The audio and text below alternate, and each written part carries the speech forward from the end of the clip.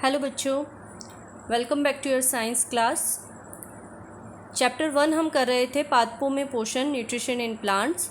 इसके 3 पार्ट्स हम पहले कर चुके हैं और इन 3 पार्ट्स में हमने क्या क्या पढ़ा उसको एक बार फटाफट से रिकॉल कर लेते हैं। फर्स्ट पार्ट में हमने पढ़ा था पोषण की डेफिनेशन, टाइप्स ऑफ पोषण यानी न्यूट्रिशन के टाइप्स क्या क्या होते हैं उनके बारे में पढ़ लिया था। नेक्स्ट हमने पढ़ा स्वपोषण की प्रक्रिया, पूरा होल कंसेप्ट स्वपोषण का हमने कंप्लीट किया। ऑटोट्रॉपिक न्यूट्रिशन भी जिसे कहा जाता है। प्रकाश संश्लेषण की क्रिया इसके अंतर्गत हमने पढ़ी थी। पादपों में जो प्रकाश संश्लेषण की क्रिया होती है फोटोसिंथेसिस, उसके बारे में हमने पूरा डिटेल स्टडी किया था। ओके, नेक्स्ट हमने किया था विषमपोषी प्रणाली किस प्रकार से चलती है, विषमपोषी जीव किन्हें कहा जाता है, और उसी के अंतर्गत हमने सबसे फर्स्ट पॉइंट पढ़ा था परजीवी पोषण। परजीवी पोषण किसे कहा जाता है, परजीवी क्या कौन होते हैं, होस्ट बॉडी क्या होती है, और कौन कौन से परजीवी के एग्जाम्पल्स होते हैं वो आपने देख लिए थे अपनी लास्ट वीडियो में। तो जिसने भी पिछली पार्ट्स नहीं देखे हैं पहले अपने part first, part 2 and part 3 ज़रूर देखें, क्योंकि जब तक आप वो चीज़ें कंसेप्ट क्लियर करके नहीं आते हैं पार्ट 4 आपको बहुत कम समझ में आएगा। ठीक है, तो कोशिश कीजिए कि आप पूरा स्टार्टिंग से चले और सारे पार्ट्स देखते हुए ही पार्ट 4 तक पहुँचे। अगर आपको वीडियो के लिंक नहीं पता है तो डिस्क्रिप्शन बॉक्स में इसके लिंक मैं दे दूँगी, आप वहाँ से जाकर वीडियोस देख सकते हैं। चलिए, तो आज का पार्ट हम स्टार्ट करते हैं। सबसे पहले आज के पार्ट में हम लेंगे कीटभक्षी पादप, फिर हम लेंगे मृतजीवी पादप, और उसके बाद सहजीवी पादप प्रणाली कैसे होती है, सहजीवी संबंध पादपों में किस प्रकार से होता है, और लास्ट में हम पढ़ेंगे मृदा में पोषकों की पुनः पूर्ति किस प्रकार से होती है। क्लियर? चलिए, तो let's begin the class. First topic हम लेते हैं कीटभक्षी पादप। कीटभक्षी पादप, जैसा कि नाम से आपको पता चल रहा है, कीट का भक्षण करने वाले पादप, ऐसे पादप जो कीटों का भक्षण करते हैं। अब देखिए, कीटों का भक्षण करने वाले पादपों को आप किसके अंतर्गत पढ़ रहे हैं, विषम पोषण प्रणाली के अंतर्गत। तो एक बार वापस से उसकी परिभाषा रिकॉल कीजिए, क्या कि वे सजीव जिनमें क्या नहीं पाया जाता, क्लोरोफिल नहीं पाया जाता है। अब क्लोरोफिल नहीं पाया जाता है इसीलिए वो क्या होते हैं, अपने भोजन के लिए किसी अन्य जीव पर निर्भर रहते हैं। क्लोरोफिल की अनुपस्थिति में विषमपोषी जीव अपना स्वयं का भोजन नहीं बना सकते, इसीलिए वो क्या करते हैं, अन्य पादपों पर या अन्य सजीवों पर निर्भर रहते हैं। तो आप यहाँ पिक्चर में देख पा रहे हैं कि ये जितने भी पिक्चर्स के एग्जाम्पल्स मैंने लगाए हैं इन सब में आपको क्लोरोफिल दिखाई दे रहा है। हरे दिखाई दे रहे हैं कि नहीं दिखाई दे रहे हैं, है ना? तो क्लोरोफिल तो इनमें प्रेजेंट है, फिर भी ये अपना भोजन स्वयं नहीं बना रहे हैं और कीटों पर निर्भर है। ऐसा क्यों है? ऐसा ये क्या चक्कर है, ऐसा क्यों हो गया कि इनमें क्लोरोफिल प्रेजेंट है, भोजन भी ये स्वयं बना पाते हैं, फिर भी ये विषमपोषी जीव हो गए? ऐसा क्यों? तो देखिए, ऐसा इसलिए होता है क्योंकि इनमें क्लोरोफिल प्रेजेंट होता है और ये अपना भोजन स्वयं बना रहे हैं, परंतु सभी पोषक तत्व ग्रहण करने के बावजूद भी ये नाइट्रोजन को ग्रहण नहीं कर पाते हैं। क्या नहीं कर पाते हैं? ये नाइट्रोजन को ग्रहण नहीं कर पाते हैं, नाइट्रोजन की आवश्यकता की पूर्ति नहीं कर पाते। ये प्लांट्स कुछ ऐसे क्षेत्रों में उगते हैं जो कि दलदली क्षेत्र होते हैं या बहुत घने क्षेत्र होते हैं, जहाँ पर ये क्या करते हैं, वायुमंडल या मृदा से डायरेक्टली नाइट्रोजन प्राप्त नहीं कर पाते। क्लियर? तो ये अपने नाइट्रोजन की आवश्यकता की पूर्ति के लिए ही कीटों का भक्षण करते हैं। देखिए, नाइट्रोजन प्लांट्स के लिए बहुत ज़्यादा ज़रूरी है, क्योंकि जब हमने पार्ट 1 और पार्ट 2 वीडियो किया है तब हमने आपको बताया था कि जो मृदा के अंदर जितने भी पोषक तत्व होते हैं उनमें से नाइट्रोजन मोस्ट इम्पॉर्टेंट एलिमेंट है। ठीक है, नाइट्रोजन के कारण ही प्लांट्स की ग्रोथ होती है, नाइट्रोजन के कारण ही प्लांट्स के अंदर प्रोटीन का सिंथेसिस होता है। तो nitrogen is most important element. Okay, तो नाइट्रोजन प्लांट्स को चाहिए। अब ये ऐसे क्षेत्रों में उगते हैं प्लांट जहाँ पे दलदली क्षेत्र है, ये नाइट्रोजन वहाँ से ले ही नहीं सकते। ठीक है, और वायुमंडल से भी नाइट्रोजन नहीं ले सकते। तो अब ये क्या करते हैं, जो कीट होते हैं, कीट पतंगे होती हैं, उनका भक्षण करके ये नाइट्रोजन की आवश्यकता की पूर्ति करते हैं। तो ये अगर देखा जाए कुल मिलाकर ये दोनों प्रकार के पोषण प्रणाली का पर निर्भर रहते हैं। ये विषमपोषी भी होते हैं आंशिक रूप से, और आंशिक रूप से स्वपोषी भी होते हैं। ठीक है, तो आप ये नहीं कह सकते कि ये पूर्ण रूप से स्वपोषी है या पूर्ण रूप से विषमपोषी है। तो कीटभक्षी पादप जो भी होते हैं वो क्या होते हैं, आंशिक विषमपोषी या आंशिक स्वपोषी होते हैं। ठीक है, तो डेफिनेशन क्या रहेगी, डेफिनेशन ये रहेगी कि वह पादप जो अपने नाइट्रोजन की आवश्यकता की पूर्ति हेतु कीटों का भक्षण करते हैं उन्हें कीटभक्षी पादप कहते हैं। क्लियर, तो नाइट्रोजन की आवश्यकता की पूर्ति ध्यान रखिएगा। ठीक है, हमेशा उदाहरण इनके क्या है, एग्जाम्पल देखिए, पिचर प्लांट जिसे हम घटपर्णी पादप भी कहते हैं, इनका जो पत्ती होती है वो घड़े के समान होती है, इसीलिए हम इसे पिचर प्लांट या घटपर्णी पादप कहते हैं। नेक्स्ट है सनड्यू, सनड्यू को हम ड्रोसेरा भी कहते हैं। वीनस फ्लाई ट्रैप, ये मकड़ जाल के समान दिखाई देने वाला प्लांट है। ठीक है, तो एक बार वापस से देख लीजिए, पिचर प्लांट ओके जिसे हम घटपर्णी पादप कहते हैं, ये सनड्यू है और ये वीनस फ्लाई ट्रैप। क्लियर, इसके बारे में डिटेल आगे बताएंगे। चलिए फर्स्ट हम ले लेते हैं सबसे पहले कीटभक्षी प्लांट में पिचर प्लांट। पिचर प्लांट नाम क्या है, पिचर प्लांट। ओके, घटपर्णी पादप। क्लियर, तो पिचर इंग्लिश में कहा जाता है घड़े को। देखिए इसकी प्लांट की संरचना बहुत सुंदर सी प्लांट की संरचना होती है। इसकी जो पत्ती होती है उसका जो अग्र सिरा होता है वो किस में कन्वर्ट हो जाता है, घड़े के समान संरचना में कन्वर्ट हो जाता है। ठीक है, ये सामान्यतः दलदली क्षेत्र में उगने वाले प्लांट्स हैं और इनकी पत्ती का आगे का सिरा घड़े में रूपांतरित हो जाता है। अब ये जो घड़े का मुख्य हिस्सा है इसे तो हम घट गुहा कहते हैं, या अंदर होलो एक कॉलम होता है, खोखला एक हिस्सा होता है। ठीक है, इसे हम घट गुहा कहते हैं। और ऊपर वाला जो हिस्सा होता है यानी पत्ती का जो सबसे अग्रिम हिस्सा या टिप रीजन होता है वो ढक्कन के रूप में परिवर्तित हो जाता है। नीचे का हिस्सा घड़े के रूप में और ऊपर का हिस्सा ढक्कन के रूप में, जिसे पर्ण शिकाग्र कहते हैं या ढक्कन के रूप में हम इसको जानते हैं। ठीक है, ये घड़े का ढक्कन बन जाता है, ये जैसे आपको दिखाई दे रहा है।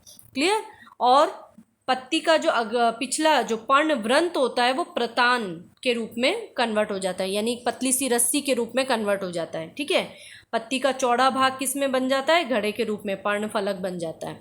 ओके, तो देखिए ये जो घड़ा है ये भरा होता है एक मीठे से द्रव में। किस में भरा होता है, इसके अंदर एक मीठा सा द्रव और बहुत सुगंधित द्रव होता है, चिपचिपा द्रव होता है। और इस पूरे घड़े के अंदर की तरफ क्या होते हैं, ऐसे छोटे छोटे अधोमुखी रेशे, यानी कि रेशे हेयर लाइक स्ट्रक्चर्स होते हैं जो कि अंदर की ओर झुके हुए होते हैं। क्लियर, एक बार वापस देखिए, ये अंदर की ओर झुके हुए इस तरह से रोम कह सकते हैं, या आपके शरीर पर जिस तरह से बाल होते हैं उस तरह से ये अंदर की तरफ झुके हुए होते हैं। ठीक है, अंदर रहता है मीठा द्रव और इसकी आकर्षक संरचना भी बहुत सुंदर होती है। तो कीट जो है वो इस सुगंधित द्रव और मीठे द्रव के कारण इस घड़े की ओर आकर्षित होते हैं। जब वो आकर इस पर बैठ जाते हैं, क्लियरली आपको दिखाती हूँ जूम करके, देखिए जब ये कीड़े जो होते हैं वो आकर कहाँ बैठ जाते हैं, इस घड़े के ढक्कन के ऊपर आकर बैठते हैं। तो धीरे धीरे वो क्या होते हैं, फिसलन के कारण, चूँकि इनकी दीवारें बहुत ज़्यादा फिसलनदार होती हैं और अंदर जो होते हैं रोम होते हैं जो अंदर की तरफ झुके हुए होते हैं, ये कीड़े जो हैं वो क्या होते हैं, इस घड़े के अंदर चले जाते हैं।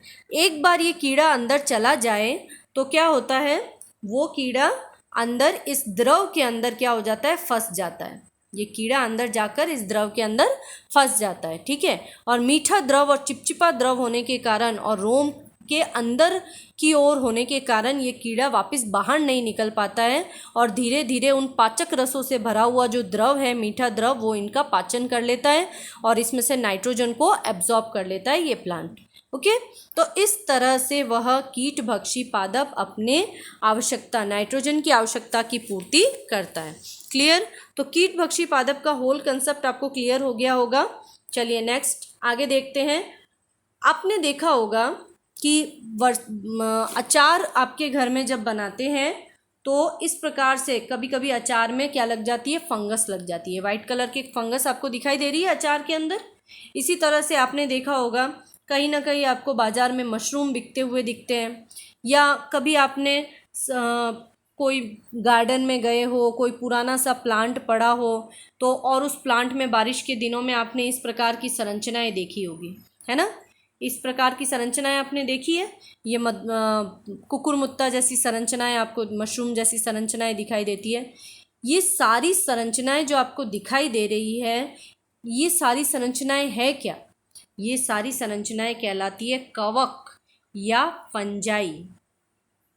ठीक है, फंगस, नॉर्मल लैंग्वेज में आप इसको क्या कहते हैं? फंगस कहते हैं। ठीक है, तो ये जो कवक या फंजाई जो हम देखते हैं, ये अपना पोषण किस प्रकार से प्राप्त करती है, या ये अचार पर इस तरह से फंगस आ क्यों जाती है? ये गीले जो बारिश के टाइम पर सड़ी हुई चीज़ें होती हैं उन पर ये फंगस क्यों आ जाती है? आप आज इस वीडियो में उसी के बारे में हम स्टडी करेंगे कि ये फंगस होते क्या है, कवक क्यों उत्पन्न हो जाते हैं, और पादपों की पोषण प्रणाली में हम कवकों के बारे में अध्ययन क्यों कर रहे हैं। ठीक है, तो देखिए, कवक एक्चुअल में क्या होते हैं? मृत जीवी होते हैं। क्या होते हैं कवक? मृत जीवी। नाम से पता चल रहा है, मरे हुए जीवों से पोषण प्राप्त करने वाले मृत जीवी। ठीक है, यानी कि सड़े गले पदार्थों से अपना भोजन प्राप्त करते हैं, ऐसे जीवों को हम क्या कहते हैं? मृत जीवी कहते हैं। ये सभी पदार्थ जो है, जो भी अभी मैंने आपको बताया, जैसे अचार के ऊपर फंगस लग गई, या आपने मशरूम देखे हैं बाहर, कभी कभी आपने देखा होगा कि बारिश के दिनों में आपके घर की जो कपड़े होते हैं गीले अगर रह जाए तो उनके अंदर भी क्या होती है? फंगस पड़ जाती है। या दीवारों पर कभी कभी फंगस, या लकड़ी के दरवाज़ों पर फंगस देखी होगी। ये सारी फंगस जो है ये कहाँ उगती है? बेसिकली ये कहाँ उगती है? जहाँ पर चीज़ें सड़ रही है। ठीक है, कहाँ उगती है? जहाँ पर चीज़ें सड़ रही है, सड़ गल रही है, वहाँ पर ये उगती है। तो ये मरे हुए जीवों से, सड़े गले जीवों से अपना पोषण प्राप्त करते हैं, ऐसे जीवों को हम मृतजीवी कहते हैं। फॉर एग्जाम्पल कवक, फंजाई। इन कवक फंजाई में एग्जाम्पल है मशरूम और ईस्ट। ये मशरूम आपने देखे होंगे, कुकुरमुत्ता इसे कहा जाता है सामान्य भाषा में। और ईस्ट के बारे में आपने जाना होगा, बेकरी उद्योग में इसका उपयोग करते हैं। ज़्यादातर जो एगलेस केक बनाए जाते हैं, बिना अंडे का जो केक बनता है, उसमें ईस्ट का उपयोग किया जाता है। या डबल रोटी और पाव को फुलाने के लिए भी ईस्ट का उपयोग किया जाता है, फर्मेंटेशन के लिए। ठीक है, तो ये जो ईस्ट और फंजाई और मशरूम जो है, ये सभी मृत जीवी है, क्योंकि ये सड़े गले पदार्थों पर उगते हैं। ठीक है, सड़े गले पदार्थों से अपना पोषण प्राप्त करते हैं। आपने ब्रेड के ऊपर भी इस तरह से फंजाई देखी होगी, है ना। नहीं देखी है तो आप एक काम कर सकते हैं, एक ब्रेड ले सकते हैं और ब्रेड को हल्का सा पानी से गीला करें और उसे गरम यानी कि इस प्रकार के एनवायरनमेंट में रख दे जिसमें हवा नहीं आती हो, अंदर एक टिफ़िन में पैक करके उसको छोड़ दें। दूसरे दिन आप देखेंगे उसके अंदर इस तरह की हरी हरी या वाइट या ब्लैक रस्ट आपको दिखाई देगी। ये जो ब्लैक रस्ट आपको या ग्रीन रस्ट आपको दिखाई दे रही है, जो जाल के समान संरचना दिखाई दे रही है, वो एक्चुअल में क्या है? कवक है। ठीक है, ये जो कवक है वो क्या होते हैं? फंजाई कहलाते हैं, कवक होते हैं। ये मृत जीवी है। जब किसी आपने पदार्थ को गीला किया है, नम किया है और उसको गर्म वातावरण में रखा है, टिफ़िन के अंदर वातावरण कैसा है? गर्म वातावरण है, और क्योंकि वहाँ पर एयर नहीं आ रही है, और साथ ही साथ वो क्या हो गया? आर्द्र भी हो गया, क्योंकि वो गीला भी है, हल्का गीला किया है आपने। तो ऐसे वातावरण में ये कवक जल्दी से जल्दी उग जाते हैं। ठीक है, ज़्यादातर आपने कब देखा है इसे? बारिश के मौसम में ही देखा है। ब्रेड या अचार वगैरह ये सब चीज़ें जो है वो बारिश के मौसम में ही ख़राब होती है, सब सड़ जाती है और उन पर क्या हो जाती है? कवक आ जाती है। ठीक है, तो बारिश के मौसम में ऐसा क्या होता है कि ये बारिश के मौसम में ही आपको दिखाई देती है? तो देखिए, वर्षा के मौसम में क्या होता है? वातावरण बहुत ज़्यादा गर्म होता है और आर्द्र भी होता है, गीला भी होता है और आर्द्र भी होता है। और ये कवक के जो बीजाणु होते हैं वो बहुत छोटे छोटे होते हैं। इस प्रकार से कवक के बीजाणु बहुत छोटे छोटे होते हैं और वायु में हर जगह फैले होते हैं, बहुत सूक्ष्म होते हैं, जिन्हें हम हमारी खुली आंखों से नहीं देख सकते। ये एनी टाइम हवा में बिखरे हुए होते हैं। जैसे ही इनको अनुकूल वातावरण मिलता है, अब इनके लिए अनुकूल वातावरण कौन सा है? बारिश का मौसम सामान्यतः जो ज़्यादा गर्म भी होता है और साथ ही साथ क्या होता है? उसमें नमी भी रहती है, यानी ह्यूमिड क्लाइमेट जो होता है उसके अंदर क्या होते हैं, ये बीजाणु जो है वो किसी सड़े गले पदार्थ के संपर्क में अगर आते हैं तो वहाँ पर जर्मिनेट हो जाते हैं, वहाँ पर क्या हो जाते हैं, वहाँ पर उगने लग जाते हैं और एक नया कवक जाल उत्पन्न कर लेते हैं। ठीक है, तो इस प्रकार से कवक जो है वो बारिश के मौसम में हर एक वस्तुओं पर उग जाते हैं और आपको सामान्यतः दिखाई देते हैं। ठीक है, चलिए अब ये अपना पोषण प्राप्त कैसे करते हैं, सड़ी गली वस्तुओं से अपना पोषण कैसे प्राप्त करती है। देखिए, कवक जो होते हैं उनके शरीर के अंदर क्या होते हैं, बहुत सारे ऐसे छोटे छोटे कवकों का जाल होता है, तंतु होते हैं। ठीक है, ये तंतु क्या होते हैं, जिस पादप पर या जिस सड़े हुए पदार्थ पर ये उगता है वहाँ पर ये क्या करते हैं, अपने शरीर से एक प्रकार का तरल पदार्थ स्रावित करते हैं, एक तरल द्रव स्रावित करते हैं। यानी तरल द्रव जो है वो इस सड़े गले पदार्थ पर छोड़ते हैं, जिससे ये तरल द्रव उस पदार्थ का और ज़्यादा विघटन करने लग जाता है और ज़्यादा उस तरल पदार्थ के कारण वो पदार्थ, सड़ा हुआ पदार्थ और ज़्यादा सड़ने लगता है और उससे बनने वाला जो पोषण है वही पोषण क्या करता है, ये मृतजीवी प्लांट ग्रहण करता है। इस कंसेप्ट को आप वापस से एक बार समझिए, क्या कि ये जो मशरूम या कोई भी जो कवक है वो जिस सरफेस पर उगता है, जिस सड़ी हुई पदार्थ पर उगता है, उस सड़ी हुई पदार्थ पर ये क्या करता है, एक तरल पदार्थ अपने शरीर से स्रावित करता है। ये तरल पदार्थ जो है पाचक रस की तरह कार्य करता है और इस सड़े हुए पदार्थ को और ज़्यादा क्या करता है, विघटित करता है, छोटे छोटे टुकड़ों में बांटता है। ठीक है, जब ये छोटे छोटे टुकड़ों में बांटता है तो उसी प्रक्रम में क्या बनता है, एक डाइजेस्टिव जूस बनता है, एक पाचक रस बनता है। इसी पाचक तरल रस को क्या करता है, ये मृतजीवी या ये जो कवक है वो अपने पोषण के रूप में उसे ग्रहण करता है, उसी से ये अपना पोषण प्राप्त करता है। ठीक है, तो इस प्रकार से सड़े गले पदार्थों से कौन, मृतजीवी पादप अपना भोजन प्राप्त करते हैं। अब ये कवक जो है वो हानिकारक होते हैं। जनरली आपने तो देखा ही होगा कि आपके घर में क्या होता है, कोई लेदर का, अगर कोई लेदर की कोई भी वस्तु पड़ी है, चमड़े की वस्तु, वह जल्दी से जल्दी कवक के कारण, फंजाई के कारण उस पर फंगस पड़ जाती है, वो ख़राब हो जाते हैं। लेदर के शूज़ होते हैं वो ख़राब हो जाते हैं। दरवाजे के नीचे जो है अगर गीला सरफेस बार बार हो जाए तो लकड़ी का दरवाज़ा जो है वो भी फंगस पकड़ लेता है, या लकड़ी की बेंचेस जो होती है वह भी, फर्नीचर भी ख़राब हो जाते हैं। केवल इसी प्रकार से कवक हमारे लिए नुकसानदायक नहीं है। कवक क्या करते हैं, या फंगस जो है वह रोग कारक भी होते हैं। कई प्रकार के रोग हमारे शरीर में और प्लांट्स के लिए भी उत्पन्न करते हैं। ठीक है, गेहूं के अंदर ब्लैक कलर की आपने रस्ट देखी होगी, वो रस्ट क्या है, कवक है, जो कि गेहूं की एक बीमारी का रूप है। ठीक है, इसी प्रकार से कुछ एस्परजिलस नाम का एक कवक होता है जो हमारे शरीर में एलर्जी उत्पन्न करता है। इसी तरह से कुछ कवक जो होते हैं वो हमारे श्वसन तंत्र को भी बाधित करते हैं। ठीक है, तो रोग कारक कवक जो है वो हमेशा कभी कभी हानिकारक भी होते हैं, सामान्यतः हानिकारक होते हैं और सामान्यतः हमारे शरीर में रोग उत्पन्न करने वाले भी होते हैं। क्लियर।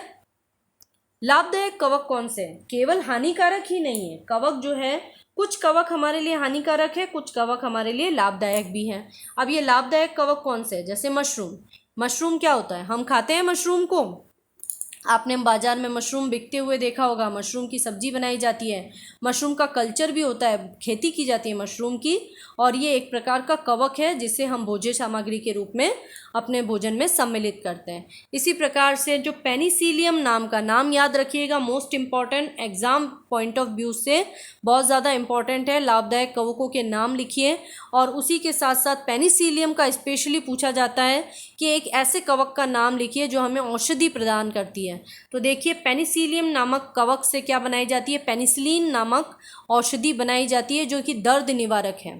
ठीक है, क्लियर। उसके बाद आता है ईस्ट के बारे में मैं आपको पहले भी बता चुकी हूँ। बेकरी उद्योग में ईस्ट का उपयोग किया जाता है, सामान्यतः पाव, ब्रेड, डबल रोटी को फुलाने के लिए, और एगलेस केक यानी कि बिना अंडे का केक बनाने के लिए ईस्ट का उपयोग किया जाता है। किण्वन के लिए, फर्मेंटेशन के लिए ईस्ट का उपयोग किया जाता है। ठीक है, क्लियर। चलिए, तो लाभदायक कवक के बारे में आपने जानकारी ले ली। अब देखते हैं सहजीवी संबंध क्या होता है। देखिए, आप अपने फ्रेंड्स के साथ बात करते हैं, अपना टिफ़िन शेयर करते हैं, क्लास में बैठते हैं, तो वो क्या है, अपने फ्रेंड्स हैं। तो इसी प्रकार से कुछ प्लांट्स भी ऐसे होते हैं जो फ्रेंड्स होते हैं। आपस में क्या होता है, फ्रेंड्स होते हैं, एक दूसरे को क्या करते हैं, जब आप फ्रेंड है तो आप क्या करेंगे, एक दूसरे की क्लास के अंदर क्या करेंगे, मदद करने की कोशिश करेंगे, होमवर्क कंप्लीट करवाएंगे, या आपके पास कोई चीज़ नहीं है तो वो आप अपनी फ्रेंड से ले सकते हैं, या आपकी फ्रेंड आपसे ले सकते हैं, है ना। तो इस तरह से क्या होता है, एक म्यूचुअल बेनिफिट वाला रिलेशन होता है। तो उसी तरह से प्लांट के अंदर भी क्या होता है, सहजीवी संबंध होता है, यानी कि वो पोषण की प्रक्रिया में एक दूसरे के साथ क्या करते हैं, फ्रेंडशिप कर लेते हैं। ठीक है, तो कैसे करते हैं, तो कुछ जीव एक दूसरे के साथ रहकर अपना आवास, यानी कि अपना जो घर है वो, और अपना पोषक तत्व एक दूसरे के साथ बांटते हैं। ठीक है, दोनों एक दूसरे को फायदा पहुंचाते हुए, दोनों एक दूसरे को लाभ पहुंचाते हुए एक साथ रहते हैं। पोषण की ये प्रणाली जो है वो सहजीवी संबंध कहलाती है। ठीक है, दोनों एक दूसरे के साथ क्या करते हैं, फ्रेंडशिप। एक ने दूसरे को क्या किया, एक ने तो दे दिया दूसरे को आवास, क्लियर, और दूसरे ने उसके बदले में क्या दे दिया उसको, पोषण। तो इस तरह से क्या हो गया, दोनों के अंदर फ्रेंडशिप वाला माहौल हो गया, तो दोनों एक दूसरे को लाभ पहुंचा रहे हैं। तो इस प्रकार की जो जीवन शैली है, या इस प्रकार की पोषण प्रणाली जिसके अंदर दोनों एक दूसरे को लाभ पहुंचाते हुए एक साथ रहते हैं, इस प्रकार का संबंध सहजीवी संबंध कहलाता है। इस प्रणाली को हम सहजीविता भी कहते हैं। क्लियर, तो इसका एक एग्जाम्पल, लाइकेन नामक एक जीव होता है। लाइकेन वर्ड आपने सुना होगा छोटी क्लासेस में। लाइकेन एक प्रकार का प्लांट्स के डेड डिकेड पार्ट पर क्या होता है, ऑरेंज या भूरे कलर की आपने इस प्रकार के छत्ते नुमा संरचना आपने देखी होगी, ये लाइकेन कहलाती है। यह सहजीवी संबंध का एक सबसे बेस्ट एग्जाम्पल है। इसके अलावा राइजोबियम जीवाणु जो है वो लेग्यूमिनेसी कुल के पादपों की जड़ों में रहता है, वह भी सहजीवी संबंध का एक एग्जाम्पल है। इसको डिटेल में हम आगे समझते हैं। सबसे फर्स्ट एग्जाम्पल में मैं आपको बताती हूँ कि कुछ कवक जो होते हैं वो क्या करते हैं, प्लांट्स की जड़ों में क्या कर लेते हैं, इस प्रकार का जाल बना लेते हैं, यानी कि वो उसकी जड़ों में रहते हैं। ठीक है, अब ये जो उसकी जड़ों में रहते हैं तो सहजीवी संबंध बताते हैं, कैसे इनकी जड़ों के अंदर रहकर ये सहजीविता दर्शाते हैं। ये जो कवक हैं वो क्या करते हैं, इन प्लांट्स से उनका जो भोजन है उसको शेयर करते हैं।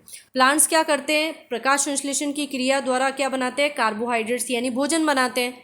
उस भोजन को क्या करता है, ये कवक अपने भोजन के रूप में भी काम में लेता है। साथ ही साथ वो क्या देता है, इस पादप को क्या देता है, मृदा से जल और खनिज लवण को प्रदान करता है। कैसे, देखिए इस चीज़ को समझना, क्योंकि प्लांट्स की जड़ें बहुत छोटी छोटी हैं। ऐसे प्लांट्स की जड़ें जिनके नीचे क्या उगते हैं, कवक जाल उगते हैं, तो उनकी जड़ें जो होती है वो बहुत छोटी छोटी होती है, वो मृदा के छोटे बारीक कणों तक नहीं पहुंच पाती है। और ऐसी जड़ों के साथ ये जो कवक जाल है वो जब उत्पन्न हो जाते हैं तो वो बहुत बारीक रेशों के रूप में कहाँ पहुंच जाते हैं, मृदा के छोटे छोटे कणों में पहुंच जाते हैं। और ऐसी स्थिति में वो क्या करते हैं, जल और खनिज लवण लेकर प्लांट्स को पहुंचाते हैं, और बदले में क्या लेते हैं, प्लांट्स से कार्बोहाइड्रेट भोजन के रूप में लेते हैं। तो इस प्रकार से ये दोनों क्या करते हैं, एक दूसरे के साथ सहजीविता का संबंध दर्शाते हैं। ये दोनों हो गए ना फ्रेंड्स। ठीक है, ये कवक और ये जो प्लांट है वो दोनों आपस में क्या हो गए, फ्रेंड्स हो गए। ठीक है, तो ये सहजीविता का संबंध दर्शा रहे हैं। Example second, lichen.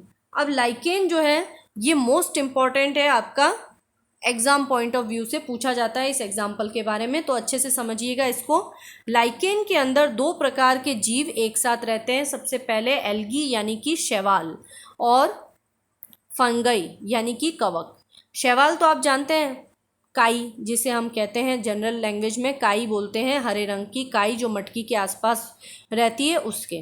ठीक है, तो ये जो काई यानी कि शैवाल है वो और फंगस मिलकर आपस में क्या बनाते हैं, एक सहजीवी संबंध करके एक इस प्रकार की संरचना बनाते हैं जिसे हम लाइकेन कहते हैं। एल्गी क्या करती है, एल्गी क्या करती है, प्रकाश संश्लेषण की क्रिया द्वारा भोजन बनाती है, और इस भोजन को किसको प्रोवाइड कराती है? फंगस को। फंगस बदले में क्या देता है? फंगस क्या देता है? इस एल्गी को रहने के लिए शेल्टर देता है, यानी आवास देता है, साथ में जल देता है और मिनरल्स देता है। अब ये जो काई है उसको प्रकाश संश्लेषण की क्रिया करने के लिए क्या चाहिए? जल और खनिज लवण चाहिए। उस जल और खनिज लवण प्लस रहने के लिए घर चाहिए, जो कौन देता है? फंगस देता है। ठीक है।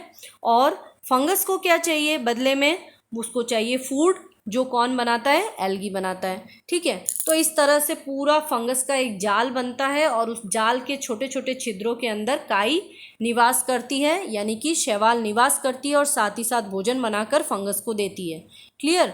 तो इस प्रकार ये दोनों एक दूसरे के साथ क्या रहते हैं? सजीविता का प्रदर्शन करते हैं या सहजीवी संबंध दर्शाते हैं।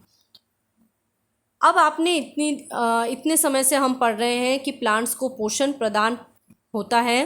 प्लांट्स मृदा से क्या लेते हैं? खनिज लवण और जल लेते हैं। पोषक तत्व खनिजों के रूप में और जल के रूप में प्लांट्स ग्रहण करते हैं। ठीक है। तो ये जो प्लांट्स पोषक तत्व ले लेते हैं मृदा से, वापस इस मृदा में पोषक तत्वों की पुनः पूर्ति कैसे होगी? क्या आपने कभी सोचा इस बारे में? तो बिल्कुल, मृदा में पोषक तत्वों की पुनः पूर्ति करनी पड़ती है, अदरवाइज क्या होगा? एक बार तो प्लांट ग्रो हो गया, उसने सारा न्यूट्रिएंट्स ले लिया, पोषण ले लिया, सेकंड टाइम जब हम वापस प्लांट्स को लगाएंगे तो क्या उसको पूरा पोषण मिलेगा? नहीं मिलेगा, क्योंकि मृदा क्या हो गई? अब पोषक तत्वों से खाली हो गई। ठीक है। तो नेक्स्ट टाइम जो प्लांट उगेगी उसको पोषक तत्व नहीं मिलेंगे, तब तक नहीं मिलेंगे जब तक कि मृदा में पोषक तत्वों की पुनः पूर्ति नहीं होगी। और पोषक तत्वों के अभाव में जो मृदा है वो धीरे धीरे बंजर हो जाएगी, प्लांट्स उस पर ग्रो नहीं कर पाएंगे, प्लांट्स मर जाएंगे। ठीक है। तो इसलिए मृदा में पोषक तत्वों की पुनः पूर्ति होना आवश्यक है, जो कैसे की जाती है? एक तो फर्स्ट तरीका ये है कि किसान क्या करता है? खेतों में खाद डालता है, उर्वरक डालता है, ये आपने देखा होगा, खाद और फर्टिलाइज़र डालते हुए आपने देखा होगा, उससे भी मृदा में पोषक तत्वों की पुनः पूर्ति होती है। सेकंड तरीका है फसल चक्रण। फसल चक्रण का अर्थ ये हो गया कि प्लांट को बदल बदल कर बोना, फसल को बदल बदल कर बोना। एक ही खेत में एक ही प्रकार की फसल ना बोकर उस खेत में एक बार मान लो गेहूं की फसल ले ली, नेक्स्ट टाइम क्या कर लिया? दालों की फसल ले ली, उसके बाद नेक्स्ट टाइम क्या बो दिया? सरसों बो दिया। इस तरह से तो क्या होता है? फसलों को बार बार बदल बदल कर बोने से क्या होता है? मृदा के अंदर पोषक तत्वों की पूर्ति हो जाती है। वो कैसे होती है? देखिए, क्या होता है कि एक बार अगर हमने फसल के अंदर क्या बो दी? गेहूं बो दी। ठीक है। तो गेहूं ने क्या किया? मृदा से सारा का सारा पोषक तत्व ले लिया। अब नेक्स्ट टाइम क्या होगा कि जब हम गेहूं की फसल बोएंगे तो उसके लिए अब क्या नहीं है? पोषक तत्व नहीं है। इसीलिए गेहूं की फसल ना बोकर नेक्स्ट टाइम क्या बोना पड़ेगा? दालों की फसलें। अब ये दालों की फसलों को कहा जाता है लेग्यूमिनेसी कुल की पादप, यानी कि लेग्यूम फसलें। ठीक है। फलीदार फसलें या दालों की फसलें या लेग्यूम फसलें बोई जाती है। लेग्यूम फसलों की जड़ों के अंदर क्या होता है? इस प्रकार की ग्रंथिकाएं होती है, छोटी छोटी फूली हुई संरचनाएं होती है। ये ग्रंथिकाएं जो होती है वो क्या होती है? राइजोबियम बैक्टीरिया का आवास होता है। ठीक है। इनकी ग्रंथिकाओं में क्या पाया जाता है? राइजोबियम नामक एक जीवाणु पाया जाता है। ये राइजोबियम जीवाणु जो है वो इस ग्रंथिकाओं के साथ रहकर सहजीविता दर्शाती है। कैसे? जो प्लांट के द्वारा फोटोसिंथेसिस की सहायता से क्या बनाया जाता है? फूड बनाया जाता है। वो फूड किसको दिया जाता है? राइजोबियम जीवाणु ग्रहण कर लेता है। ठीक है। और साथ ही साथ ये उस राइजोबियम जीवाणु को आवास भी प्रदान कर रहा है।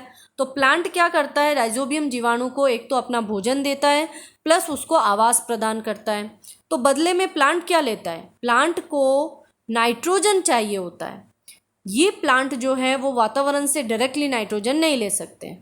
तो अब ये नाइट्रोजन कहाँ से प्राप्त करेंगे? मृदा से प्राप्त करेंगे। मृदा में नाइट्रोजन आएगी कहाँ से? तो देखो, वायुमंडल से जो नाइट्रोजन है वो डायरेक्टली मृदा में नहीं आएगी।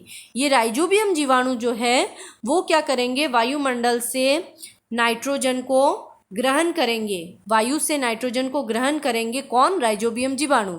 और उसको क्या करेंगे? नाइट्रोजन के यौगिकों में बदल लेंगे। नाइट्रोजन के यौगिक यानी कि नाइट्रेट और नाइट्राइट में बदल लेंगे। ठीक है। ये नाइट्रोजन के यौगिकों में उसको नाइट्रोजन को कन्वर्ट कर देंगे। अब ये जो यौगिक है वो जल के साथ अब विलयशील है। ठीक है। जल के साथ घुल जाते हैं। अब ये जल के साथ घुलकर प्लांट्स की सहायता से ये कहाँ चले जाएंगे? प्लांट्स तक पहुँच जाएंगे। ठीक है। तो इस प्रकार से राइजोबियम जीवाणु ने प्लांट की कैसे सहायता की, नाइट्रोजन को पहुंचाने में सहायता की।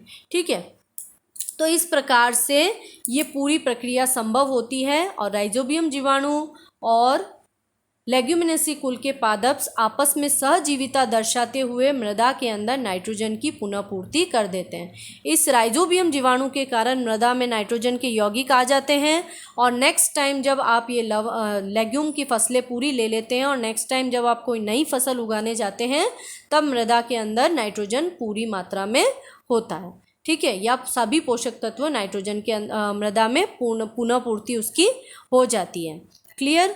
तो ये पूरा कंसेप्ट आपका क्लियर हो गया है, चैप्टर भी आपका कंप्लीट हो गया है। अगर आपको ये चैप्टर पूरा समझ में आया है और आपके लिए वीडियो हेल्पफुल रही है तो प्लीज़ इसे लाइक करें, शेयर कीजिए और आपको कोई भी डाउट हो तो आप कमेंट बॉक्स में कमेंट कर सकते हैं। चैनल को सब्सक्राइब कीजिए। Thanks for watching. मिलते हैं हमारी नेक्स्ट वीडियो, नेक्स्ट क्लास और नेक्स्ट चैप्टर के साथ।